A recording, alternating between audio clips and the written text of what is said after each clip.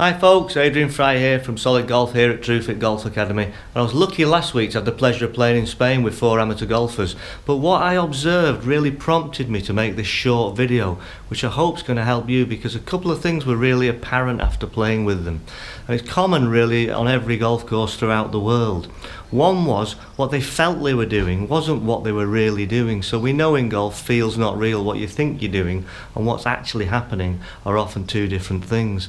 And then the other key thing was that what they thought their faults were wasn't actually what they were. So they were misdiagnosing what their faults and tendencies were. So of course, like a lot of people, they'd immediately gone on the internet, gone on YouTube, looked for a solution, a remedy, and applied that. But unfortunately, the remedy or solution they were applying wasn't the correct one for their needs. So with that said, I've just made a little video of some of the swings I took of them on my phone, and I hope this will help you and help you understand why it really is important to get your swing checked and so on. But watch the video, all will become apparent. Hope you find it useful.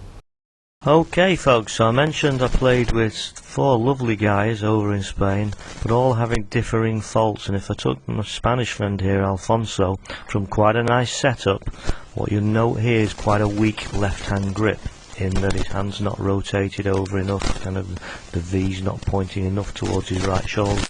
That is one reason why the ball may tend to leak to the right. But another big reason is what you're going to see is his alignment.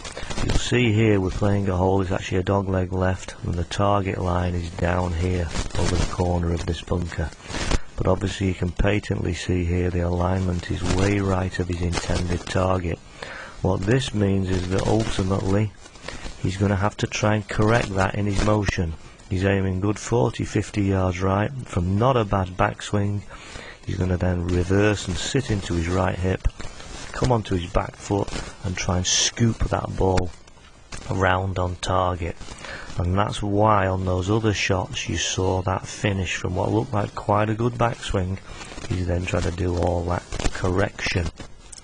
So that correction is what you see here, where not a bad backswing and then all this motion, left leg backing up, sitting in his right hip, doing his damnedest to scoop that ball back on target, all because of 2 very simple errors made really at the outset, but then you see the repercussions in his golf swing. So now here we see Duncan, and unfortunately Duncan from time to time has been plagued with the dreaded shanks, the squirters, like on this particular shot. And like everybody else, he's been on YouTube, he's read all sorts of things, watched all sorts of things, and was under the impression he was coming out and over. What you note with this swing is as he takes the club away, notice how closed the club face is. You can see here it's pointing way down. That means that ball's going to hook to the left unless he takes some remedial action, and his remedial action is to try to swing somewhere out to the right. So now his left wrist gets very high, it forces the club on the wrong path. The path is now coming too much from the inside, aiming to the right of the target, and that means he's going to force the heel part, the pipe, into the golf club, and whoops, there we go, the loosey locket, the socket. So that's all happening from an understanding, or a lack of understanding, that what the club should be doing, coming back straighter and opening out, and then feeling like he's swinging a little bit more back round and inside on a more neutral arc. That would solve the shank straight away. But again, like many people have said, feel's not real, been on the internet, got the wrong correction, and I'm afraid it's still causing problems. So now we've got John here, mid-handicap golfer, and if you'll notice here, John is a slicer of the golf ball, yet he's got a hooker's grip. So how can that be? The hands are strong, it's way over to the right, but the ball is still slicing. So again, John's been on the internet and knows that he's got to close his stance up. That's going to stop him slicing. He's strengthened his grip. But one thing he wasn't aware of, that from quite a respectable backswing, the club's chopping over. Look where the club's coming now in the downswing. It's got right out in front of his head here. Very steep. That's going to make the club come outside on the downswing. You can see the face of the club is a long way open despite that grip, and that's all because of the swing shape.